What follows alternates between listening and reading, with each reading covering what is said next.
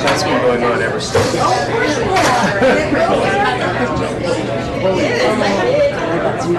My board,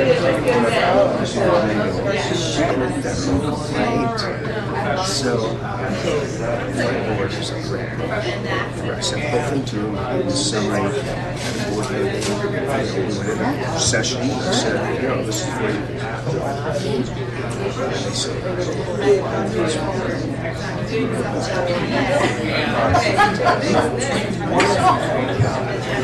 it was hard to get them to, honestly, it was hard to get them to take it seriously.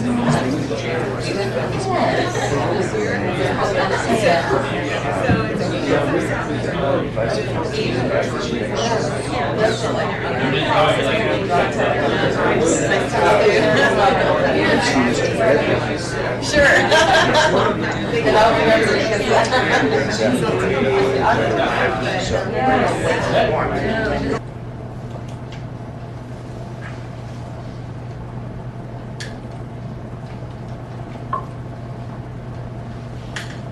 Okay, we are live with the Law School Council meeting of June 21st.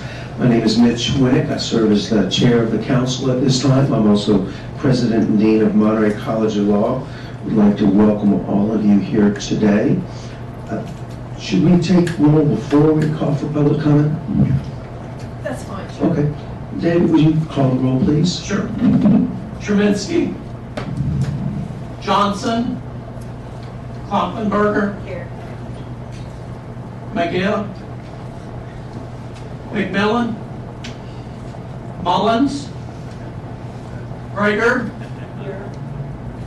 Strauss. Here. Minnick. Here. Goodman. Hiramatsu. Lynn. Here. Mendoza.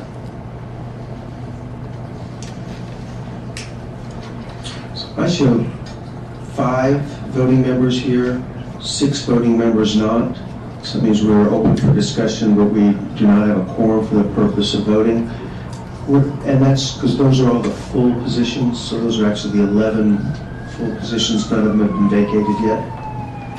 Correct, yes. Okay, so we're open for discussion. We can send information to the other committees from an advisory standpoint, from opinions where we can't vote, correct? General counsel says yes, so keep everybody out of jail on that one. I'd now like to open the floor for public comments. If you like, there's a mic designated at the end of the conference table. At this point, are there any public comments for the Law School Council?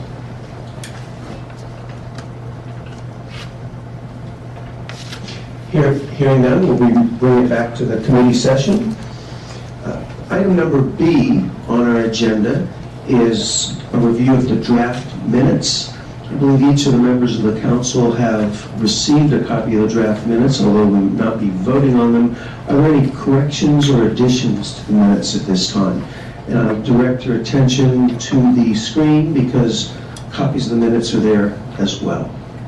Give you a moment to take a look and see if there's any changes we'd like to make.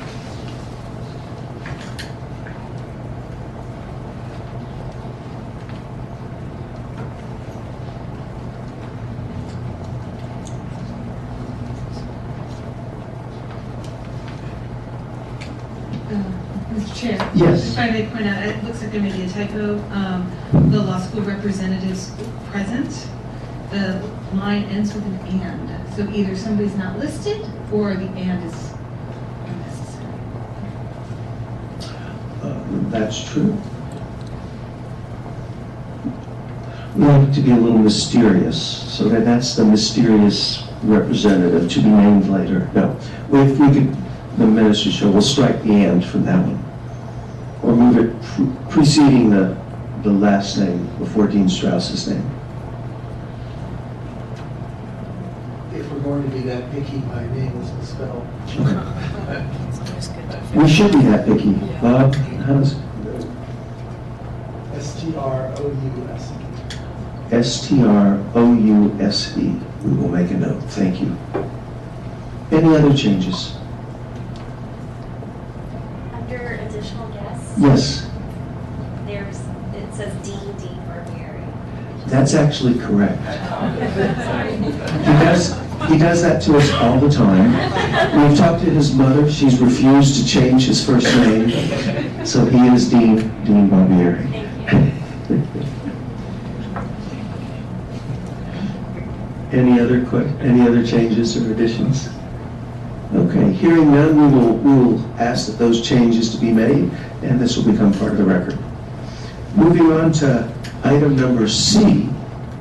If you recall, last time we had a lengthy discussion about updating the law school council function and procedures, and I've submitted to the group, we have it up here on the screen, the modifications that included our comments from last time. And I think the suggestion is that we review this with some care, this being our primary issue for this meeting, see if there are any additional changes or additions or modifications we would like to make, and then submit this, even though we're not going to vote on it, but submit this as a recommendation for, and this is where I could use some help. Destiny, would this goes to the board, because we serve as a board committee. This doesn't go to the committee of our examiners, but to the board of trustees to adopt these.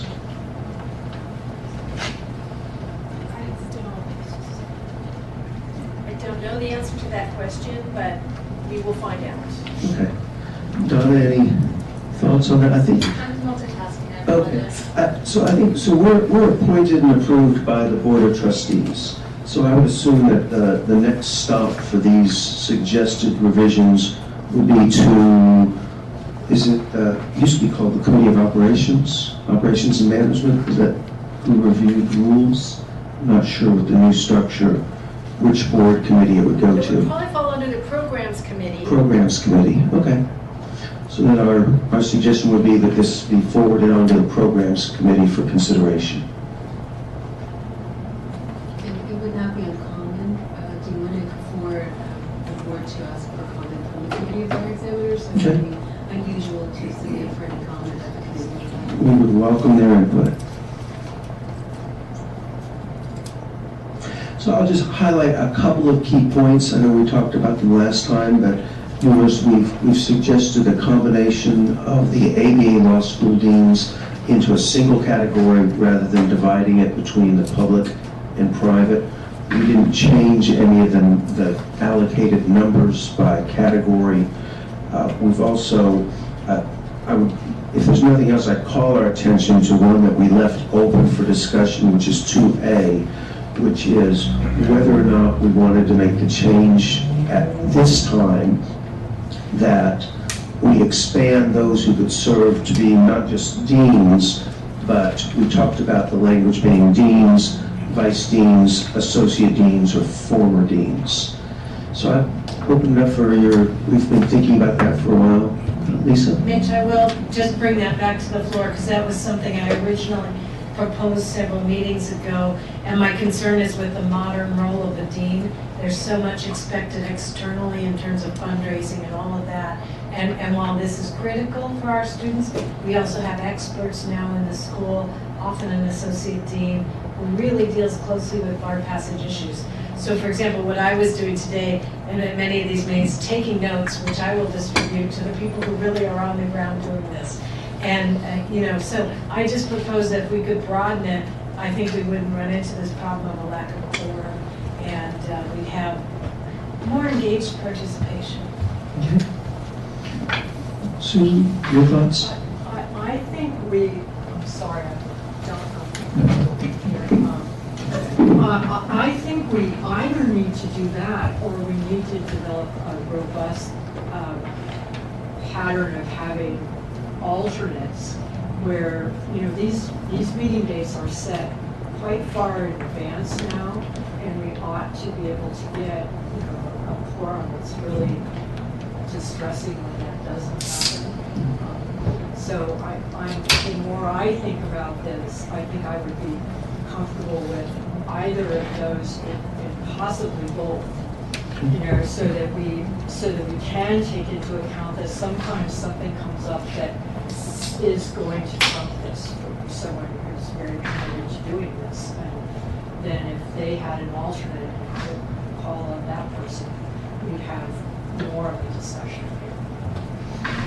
Your thoughts? I completely agree. I completely agree. I think that even though they are set far in advance, emergencies do happen, and it is distressing not to have a quorum and be able to vote on things. So let's expand the possibility so that any of the representatives can pull in an alternate, and so we can conduct our business. Yes. Is representing our representative from the committee bar examiners or the board of trustees? Any? No. Committee bar examiners. Okay, thank you. I think. See, you got a law professor. You get called on whether you sit at the back of the room or not. Doesn't matter.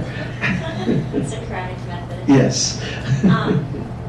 I think that it would be more productive to have at least a quorum for each meeting, and if that requires allowing alternates to participate, I would be for that. So my suggestion then, we would forward a copy of this, that then under 2A, that after it says shall be deans, we just replace that period with a comma and continue the sentence after what would be there with the lips, deans, vice deans, associate deans, or former deans, and have that be the language we forward for consideration.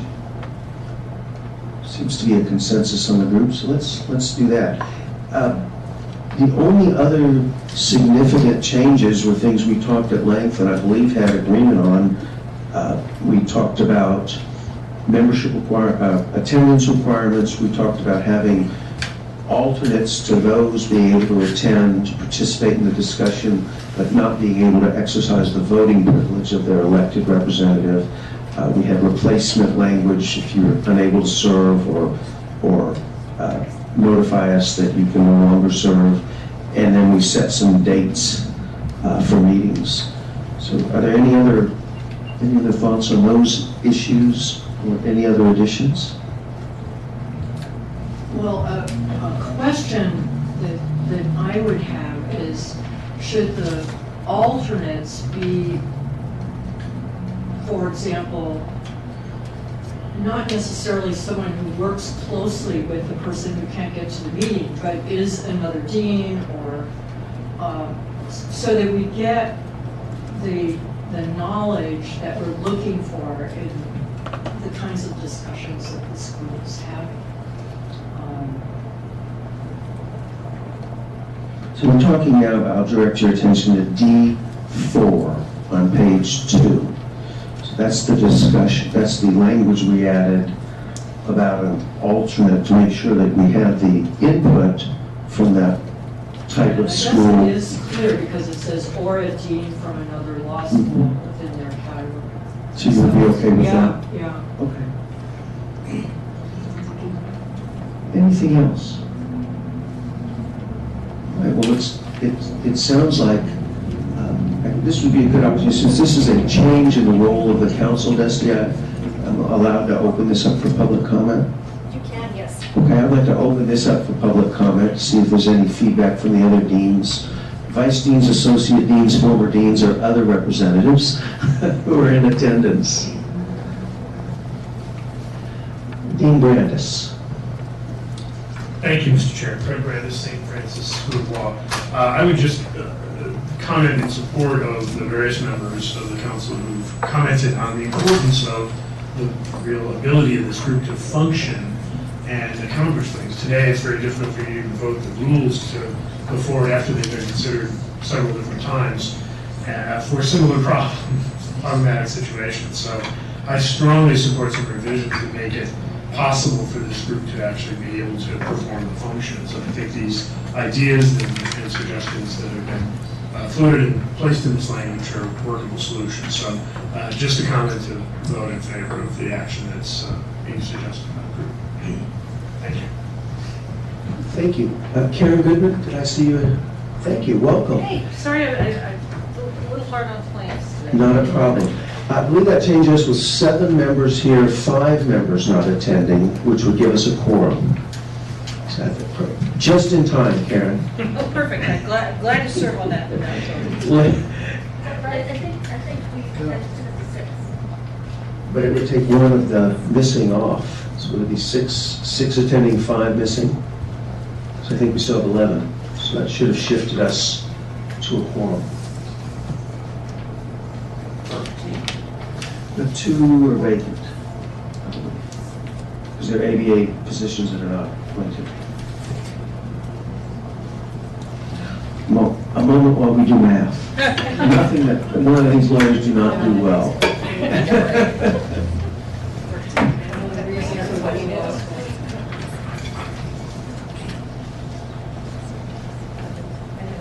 Karen, while we do that, just to bring you quickly up to speed, because if you indeed have made a quorum, we're going to take a vote on this.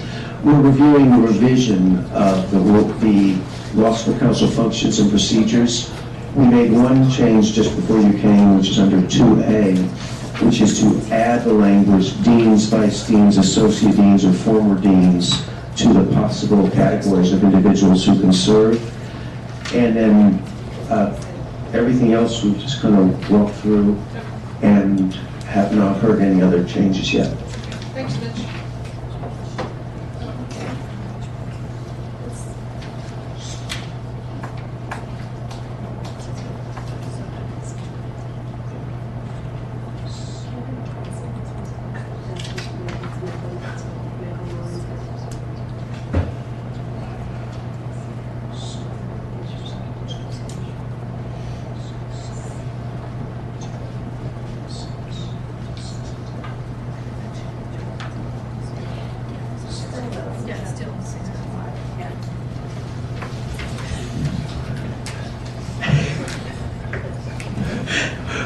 After a very high-level conference, we have determined that we do have 6 out of 11 who are attending, and we have a quorum. Very good. Perhaps we should send smoke up.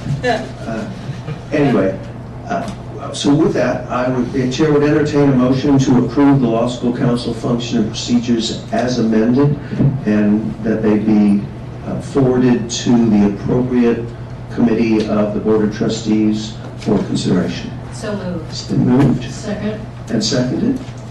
Any further discussion? All in favor, please say aye. Aye. Any opposed? Motion has passed. Thank you, everyone. We'll now move on to item 1D, which is to discuss the appointment process for vacant council positions. And although we have now adopted the new rules, they're not official yet, but I believe the process, Amy, is that by September, we would ask for those positions to be nominated, that we could go ahead and follow that process. And then the idea would be we would submit those names to what would be the next trustee meeting after September. Or we would submit them to the September trustee meeting. What would your recommendations be? So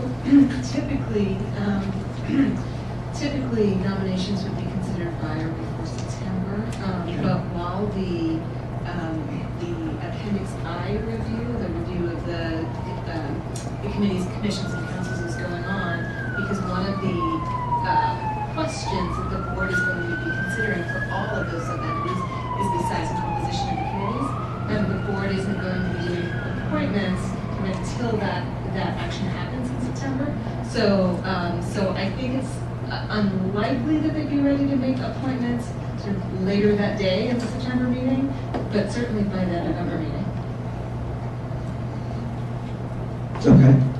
So if I understand that correctly, we would expect the board will be making decisions about composition at their September meeting, which would then identify the positions that would be available for appointment. That we could notify the schools in September to provide nominees. We could also ask them, would it be reasonable to ask them to give us feedback on these proposed nominating procedures that we could then use in September for the nominations that we would present in November? I actually also think it would be reasonable to not wait necessarily and reach out and determine now what you think your nominations to the board will be, assuming that the composition stays as you have identified it. So this way, as soon as the board is ready to go on those, we'll have already done the work. So in case the direction that we get is the board will be ready to review nominations at the September meeting, I don't want to have steered you down the wrong path and not have you reach out to people until September. So it certainly would be fine to be prepared in case the composition remains exactly as you have identified. So here's a question. Since the process before was a little murky and was not really in writing, it was a general call to schools to nominate. We were told that many members didn't know they were nominated or elected. Is there any risk at using this more detailed process that we've identified and voted in today as our process for this time? It doesn't go against what was being done before. It just gives it additional structure and timeline. It seems to fit within, it doesn't violate the prior process, which was just a general nomination and sending out ballots. Any thoughts on that? I know Dusty, I'm putting you on the spot on that one, but.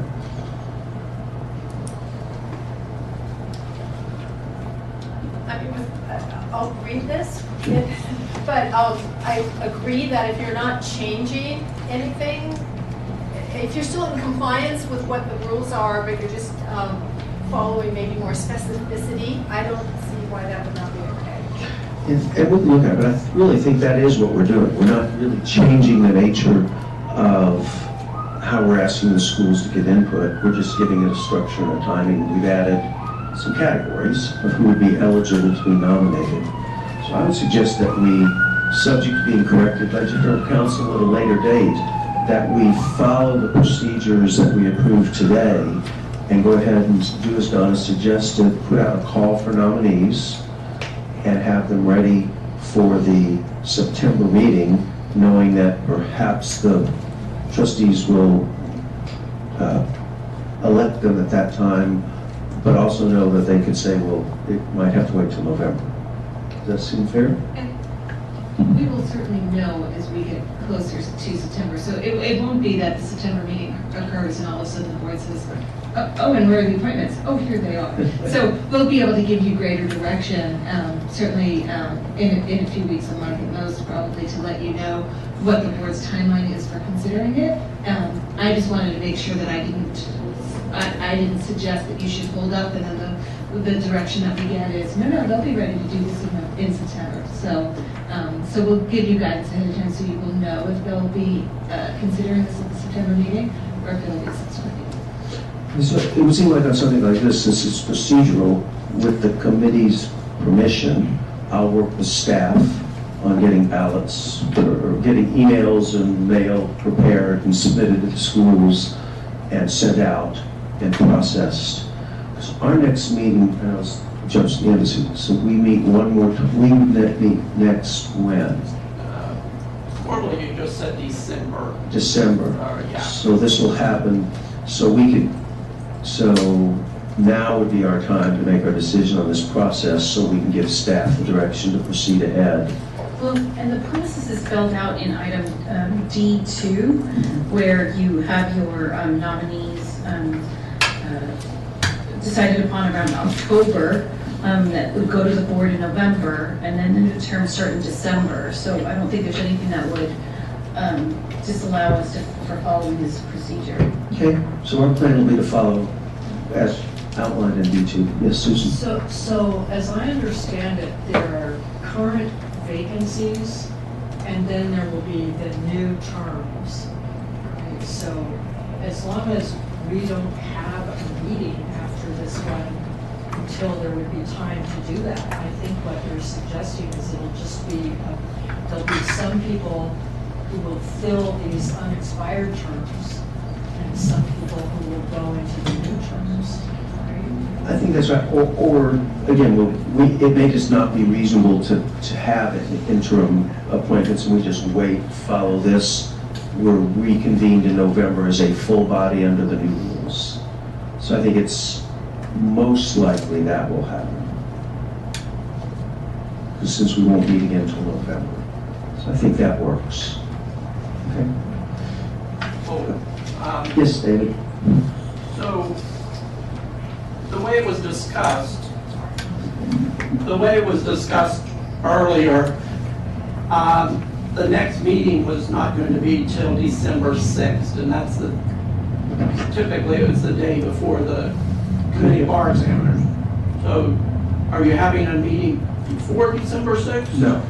No, I think we're intending to follow that schedule. Okay. Any other questions on this? All right, well, then we will take this now. This will now become a staff administrative process. I'll work with them to get notice out to the law schools and to complete the process of these revised rules as well. Okay, moving on to 1E. Is there anybody here who wasn't at the law school assembly meeting, except for Karen? I wasn't here. Okay, Karen, well, we'll fill you in offline. Fantastic. Otherwise, I don't believe we need to summarize. There was no actions from the assembly meeting submitted to us as the council, unless somebody had something specific they'd like to bring back for this group to consider. Hearing none? Yes, Susan? Mitch, Yes. I just wanted to say, so that all the staff could hear it, that I thought that it was a very good discussion and that the items that were brought to us were very helpful for us to know. And it could be, further discussion that people might want to have of them because they were all important. And I just wanted to compliment the staff. Well, thank you. Thank you, staff. I agree. That's right. Any further discussion of issues that perhaps we want to talk about as a council that were discussed as part of the assembly meeting? I could open this up for public comment. Any public comment on item 1E? Any additional comments for folks? Hearing none. There was Yes. one minor question I had about the accommodation framework, and because we were running late, I didn't feel comfortable raising it. I noticed that there was an explicit reference to attention deficit with hyperactivity, but where does that leave attention deficit without the hyperactivity in the framework? Is it under that earlier, broader branch of learning disabilities? No, the ADD and the ADHD would be in the same. I may have misread Yeah.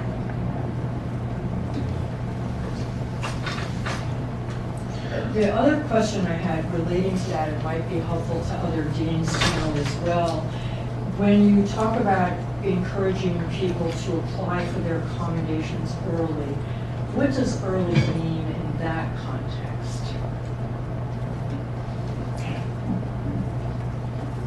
I would say that if you have a permanent, if the student has a permanent disability, like one that they've had since childhood, I would think that, anytime, as soon as they know they're going to apply for that bar exam, because it does take at least 60 days. And the earlier, I would say to the students, the earlier that you have a decision on your accommodations, including an appeal if it needs to be done, I would think that would help them in terms of when they're preparing for the bar exam. They're not worrying about whether or not they have accommodations. So I would think then that it would be as soon as the school has figured out what amount of, for example, additional time they should have, so that you have enough experience in law school with what accommodation means in this person's context. true, but also, the accommodations the student receives in law school is considered, it's given weight that it's not determinative, but it is helpful to have that information. I mean, we have some applicants who, apply for the accommodations like 2 years in advance. So it's not too early. I mean, you get that decision unless it's a situation where your disability may change. Then I would say, you know, apply closer to the bar exam. And let me just ask a question to staff. So one of the discussions as part of the assembly was the appointment of a working group for the job analysis study. And you mentioned that some of the participants in the working group will be law school representatives. How can the council help you with that process? Because without the council, you've got 21 ABA law schools, 15, I think, deans of Cal-accredited law schools, a dozen registered schools. I mean, that's a really large, unwieldy group. Perhaps we can, I don't know, is there a way we could help you in that rather than you having to look at that group of 40-odd group to find representatives? Well, we've been directed as staff to collect the nominations, and so I think one of the things that this group could do is help distribute those. But ultimately, it's the Supreme Court who will be selecting that working group, members of that working group. And I know I asked for the timing. What suggestion would you have on the timing for that process? That's what we haven't narrowed down, and we have been working on both the form and reaching out to the list.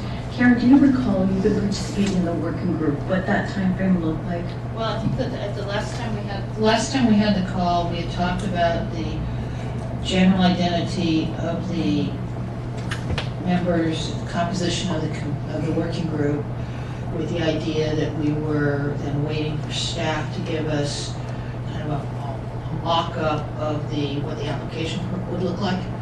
And I know we had the last call, which I think was last week, got postponed. So we haven't reached a timetable, but from my view, it would be very helpful for our law school council to be looking to identify people that would be strong participants. Because we really do need to have people from the law schools actively engaged in what the job skills that are required for entry-level lawyers. And that's what we're looking for. And so be thinking about that when you're out and about of who would best serve to benefit, because it really benefits everybody. So I would think, if I was going to guess, I would think we will have a timeline within that will be announced, certainly by the end of July. We'll know what that timeline is. So we're in the process, maybe even sooner, maybe come up at our next meeting. And how many law school nominees do you think you're looking for? That, it was a group. I don't have the numbers in front of me, but it was several weeks ago we had that call. I can get that information for you too. So. All right, so we'd be happy to help facilitate that, make sure at least the information's in the hand of not just the council, but the assembly, and explain what we want, what the characteristics should be, qualifications, and help in the nomination process. That'd be great. Anything else from I know you guys have a lot of things you're working on. Anything else from the pending studies, prospective studies that you would like to have the council have on its radar screen of how we might be able to help you? Nothing really comes to mind. As mentioned, the law school performance study, we want to be have the analysis completed by October. I can't think of anything else. Okay. Anything else? So, hearing none, any questions or answers that you need for anything? Hearing none, I think we have a motion to adjourn would be in order. It's been moved, seconded. Susan made it. Lisa seconded. All right. All in favor say aye. Aye. Any opposed? We stand adjourned. Thank you very much.